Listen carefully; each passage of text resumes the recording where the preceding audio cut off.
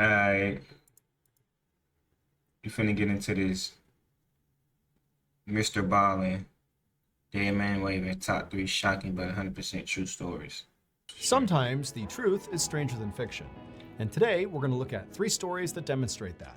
But before we get into those stories, if you're a fan of the strange, dark, and mysterious delivered in story format, then you've come to the right place because that's all we do and we upload once a week. So if that's of interest to you, please mail the like button a birthday card, but make sure you booby trap it with a glitter bomb. Also, please subscribe to our channel and turn on all notifications so you don't miss any of our weekly uploads. Okay, let's get into today's stories.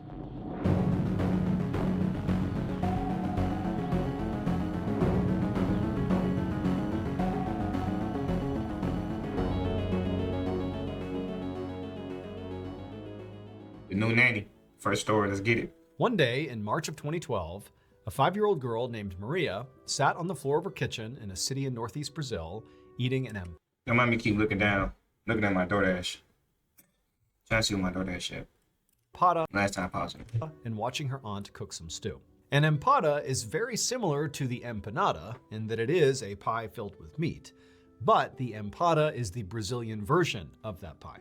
Maria's family was actually known for their cooking, specifically their empadas. In fact, at this very moment, Maria's mother was out selling their famous empadas on street corners and in bars and local restaurants. Now, the family got by okay this way, but despite their notoriety around these empadas, they really wanted more. They wanted their family name to be respected, to be powerful. And so to try to make that happen, Maria's family basically worked 24/7, not just on making empadas, but basically in looking for ways to kind of grow and expand the family name. In fact, while Maria was sitting on the kitchen floor, she could hear her father in the other room working. And the reason she knew he was working is because periodically she could hear him yell out with excitement.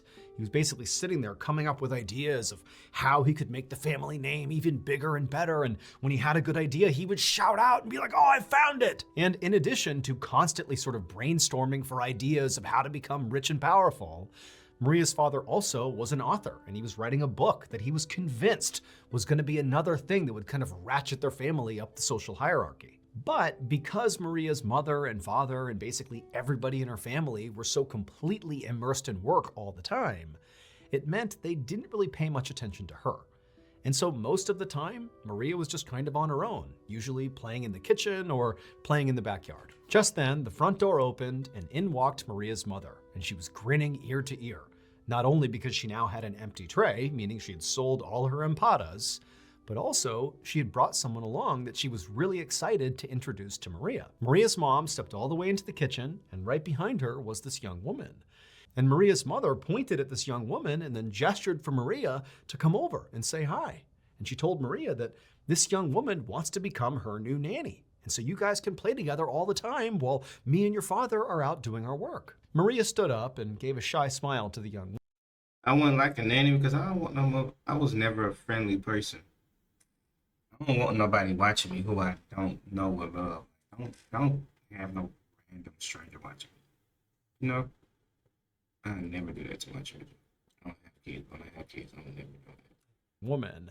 If you're a family member and you babysitting, you know, I can have a family member babysit, but I'm not finna go base on a random person. I don't care what credentials they got. I watch too many balling videos, too many crazy people. But she wasn't sold that this woman actually would become her nanny. Because in the past, there had been other women who had come by to be her nanny, and they didn't seem to last very long. And so Maria was not getting her hopes up. Still, Maria wanted to be friendly, so she walked over and, as a gesture of goodwill, she handed this woman her half-eaten empada.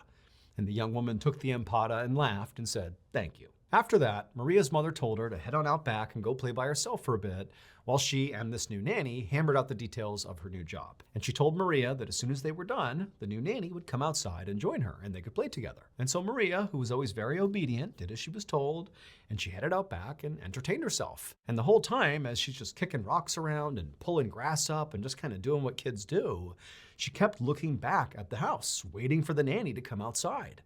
But she didn't. And after a whole hour had passed by and still this new nanny had not come outside, Maria felt really bored.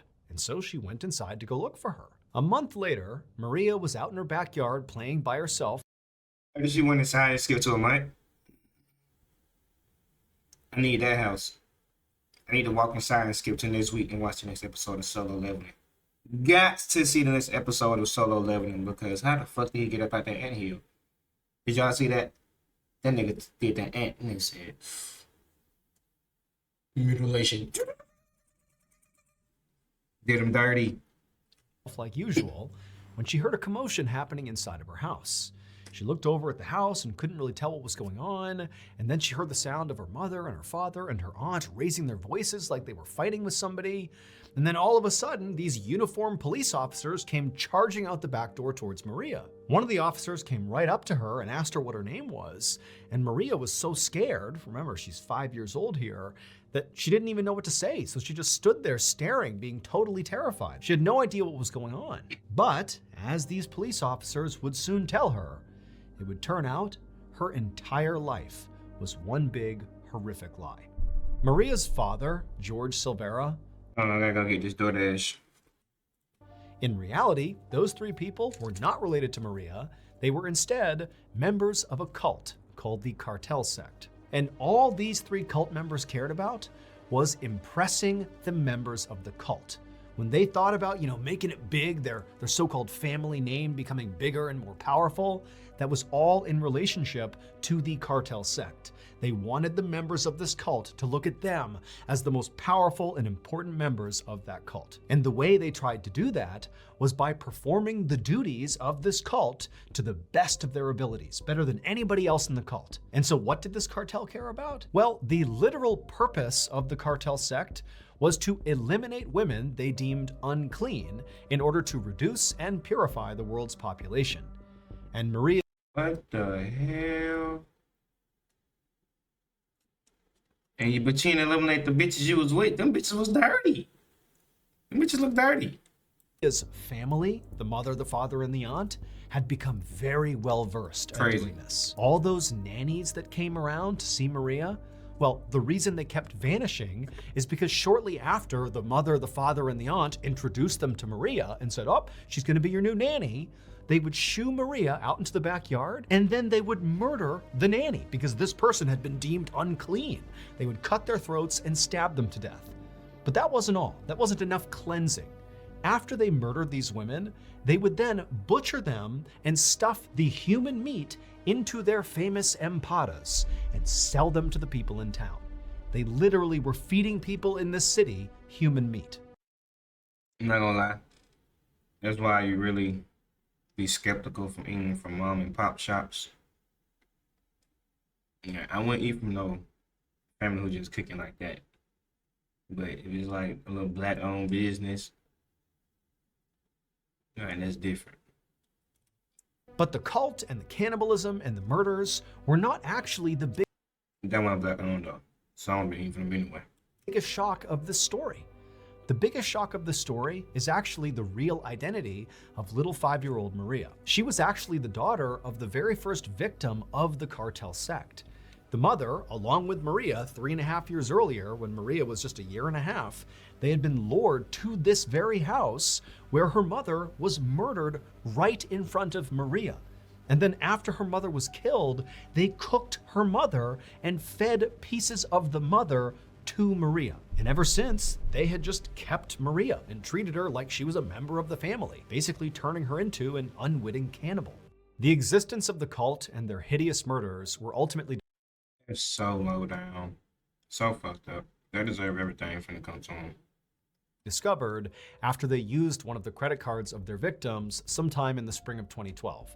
That's when the cops rushed into the backyard and confronted Maria. George, Isabel, and Bruna, Maria's fake family, were convicted of 3 murders, including the murder of Maria's real mother, and they are currently serving what amounts to life sentences in Brazil. Police believe the actual number of women that they murdered is as many as 8. As for Maria, according to recent news articles, she was reunited with distant family. Maria is not her real name. That is a pseudonym to protect her identity.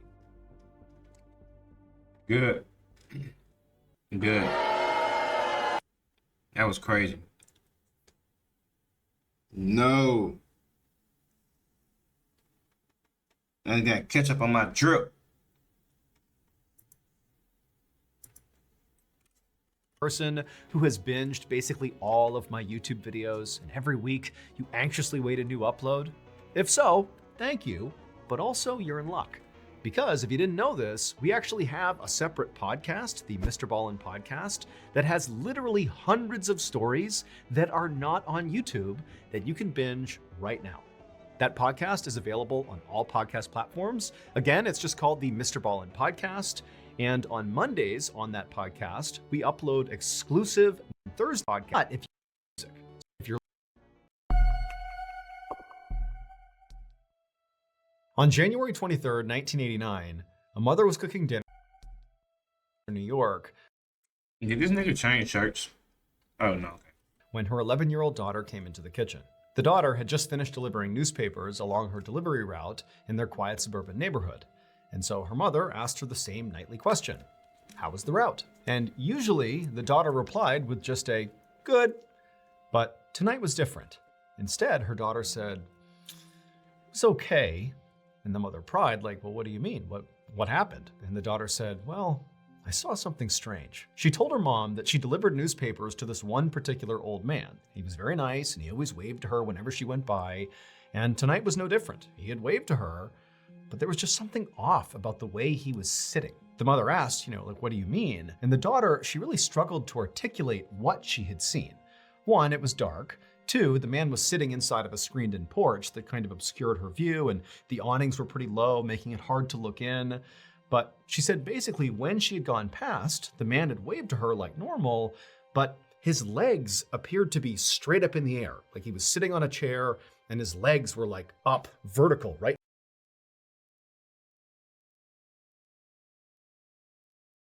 Well, you know about that one. In front of him. In fact, when he waved, it was like he was waving between his legs at her. And so when the mother heard this, That's a freaky ass old man. Well, quite limber. You know what he be doing. she really didn't know what to make of it. I mean, the story didn't make any sense. She couldn't really understand how this guy was sitting where his legs would be straight up in the air like that. But at the same time, she could tell her daughter was worried and, she kind of figured that maybe her daughter's imagination had run wild here. And so she told her daughter, like, "Hey, look, if he waved to you, then I'm sure everything is just fine. Don't worry about it." But the following night, when the girl came back from her route once again, she was even more upset about this guy out on his porch. She told her mom that once again, she looked in the porch and there he was sitting there with his legs straight up in the air, except this time he didn't wave to her. Including when she made a point to stop and wave at him. He did not wave back. Now, the girl told her mom that she was worried about him, and so she went. I don't know what it is, but this shit is creeping me out. I'm not gonna lie. Kind of creepy. Right up to the door to go check on him, but the screened-in porch was locked, so she couldn't get inside, and her view was kind of obscured because of the screen, so she couldn't really see him in there. But, she didn't know what to do, so she just left. Now, this story, which was already weird, now did seem a whole lot weirder that 2 days in a row, her daughter is seeing this. But the mother's thinking to herself, like, come on, this is just some older guy who loves this chair and, he's fallen asleep in some weird position here. And, my daughter is sort of exaggerating what she's seeing. Like, this can't be a big deal here. Nah. But again, seeing the concern on her daughter's face, she told her daughter, "Look, don't worry about it. I'm sure everything's fine. I will go by tomorrow morning and make sure he's okay." So the next morning, a little before 11 a.m., the mother arrived on the street where this old man lived. And as she was walking down the road towards the house, she actually spotted the mailman. And so before she went any farther, she flagged the mailman down and she asked him, like, "Hey, is there anything weird going on with that old guy who lives right over there?" But the mailman was like, "No, he's just a nice older guy who waves at everybody who goes by." And so the mother thanked the mailman and did give some thought to just, taking what the mailman said and turning back around and heading home and telling her daughter everything's fine. But, she knew her daughter was really worried about this guy. And so she decided she would just continue down the road and check on this guy for herself and just really make sure he's okay and then report back to her daughter. And also the mother was thinking, it's about 20 degrees outside. It's very cold. This is not really a good time for an older man to be outside so much. So what's he doing? Like, let's really make sure he's okay. And so the mother made her way down the road and she reached the old man's house. And sure enough, the screened-in porch really did obscure, whoever was inside of it. She could see a silhouette of what appeared to be this old man sitting there. But the first thing she actually noticed was not him, but rather the 2 newspapers that were sitting right on his walkway, uncollected. I mean, these are the newspapers that her daughter had left over the same period of time that she's seeing this weird thing happening with this guy. And so suddenly the woman's feeling like that's a pretty big red flag. He's not on this earth anymore. That's what happened. And so she hustled her way right up towards the front. And as she did, she looked into the screened porch and waved at this old man to try to get his attention. Like, hey, are you okay in there? But the man did not wave back. And so the mother went right up to the door and she checked it, but like her daughter had said, it was locked. And so the mother, she pressed her face up against the mesh screen that kind of... Never do no shit like that. Why the fuck would you put your face on it? Never do that. Rule number 1, no. Rule number 1, don't even... I would tell my daughter, hey, fuck that nigga house. Skip his shit. Matter of fact, when you deliver the house next to him, cross the street, go down, cross back again. And matter of fact, don't do all that. When you get close to his house, ride on the street and throw his motherfucking shit over the sidewalk, over the fence if he got one. Throw that motherfucker right on his yard. And keep it pushing. Don't stop. If he don't get it, oh well. Yeah, he can come out and come get that motherfucker. Had been obscuring her view from a distance, and she put her face right up against the screen where she would have a clear view inside. And when she did, and she saw the old man who was in fact right there, and he did in fact have his legs up, when she saw him, she realized what was actually going on. And the second she did, she jumped back, turned around, and ran away to go call the police. It would turn out the old man who lived there, whose name was Robert Ham, and he was 73 years old, he was not just eccentric and sitting weirdly on his front porch. Instead, on January 23rd, right before that little girl had come home and told her mother that this man had been acting strangely, on that evening, Robert had come out onto his screened-in porch, and for whatever reason, he had attempted to sit down on this trash can that was out there on the porch. But the lid... Don't tell me he sat and folded in the trash can. And when he waved at the girl, she left him for dead. Oh, that bitch ain't shit. Didn't hold. And so Robert fell butt first into this trash can, folding him up into this V position where his legs were straight up in front of him. And Robert was too weak to get himself out of the trash can. And also because of being in this V position where his legs were pressed up against his torso, it was restricting his ability to breathe and to make any sound. And so all he could do in this position was just wave at passerby, hoping they would see he was in trouble and go help him. But unfortunately, nobody could really tell what he was doing, including the little girl. That's sad for. Imagine you basically died from starvation. On the paper route, they just thought there was this guy sitting in his porch in this weird position, waving to people, when in reality, he was dying. And so unfortunately, because nobody came to his aid, Robert did die. He would die of a heart attack, and in fact, by the time that little girl's mother arrived at his house and put her face up against the screen, Robert was already dead. Oh, what's up, producers? I'm an arcade pro. And I'm an arcade newbie, and I'm gonna blind react to arcade today. Bring it. Oh,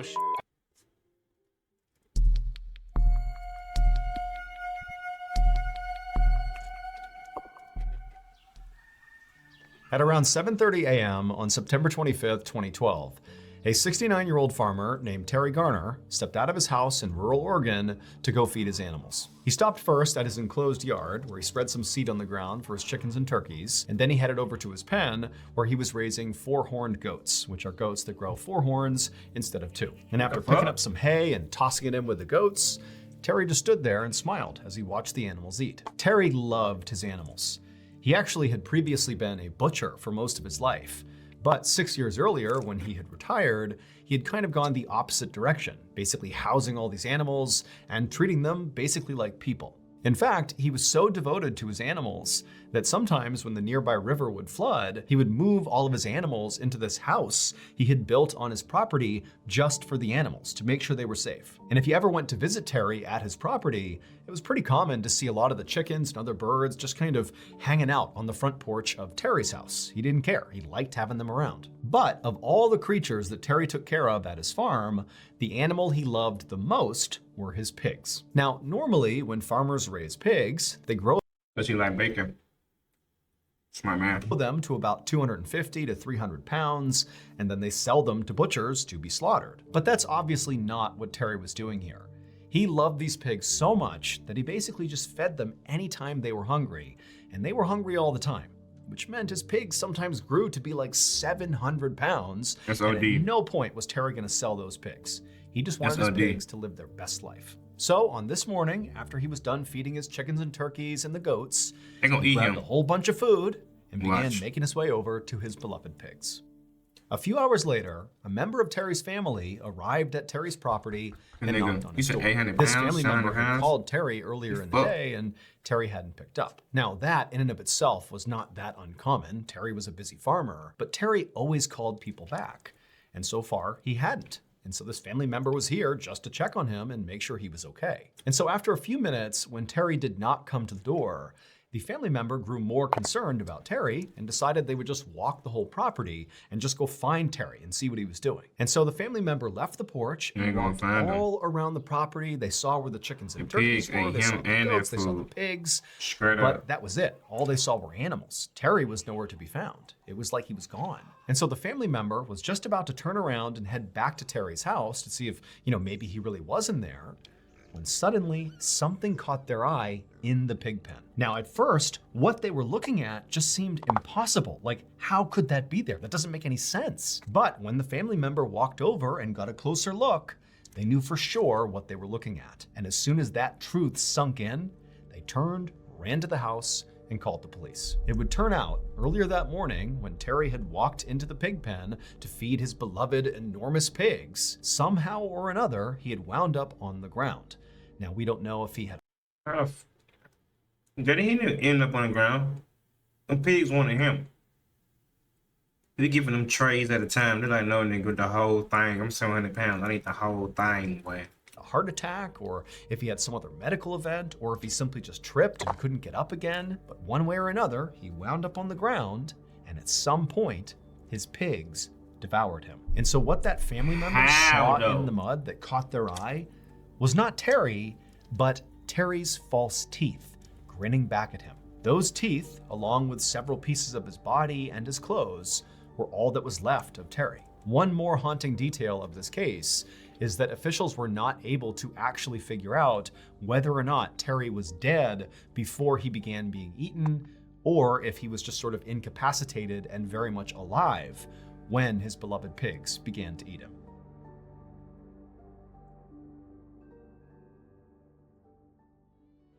As many of you may already know, by far the most That's crazy. Terry got fucked up by some damn kids that he loved. Put it in reverse, Terry. That's what I should have told his ass. Put it in reverse, Terry.